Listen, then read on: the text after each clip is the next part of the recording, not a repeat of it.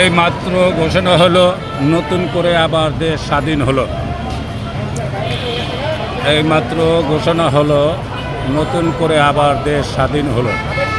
লাইভটা সকলে শেয়ার করে দেবেন। দেখেন লক্ষ লক্ষ জনতা এখন মাঠে নেমে আসছে।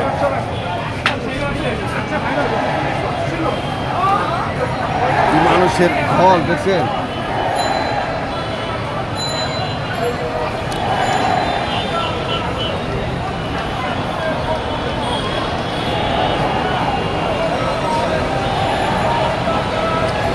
লক্ষ লক্ষ জনতা মাঠে নেমে আসছে। কিছুক্ষণের মধ্যেই দেশ স্বাধীন হলো। এইমাত্র খবর এলো নতুন করে আবার দেশ স্বাধীন হলো 5ই আগস্ট।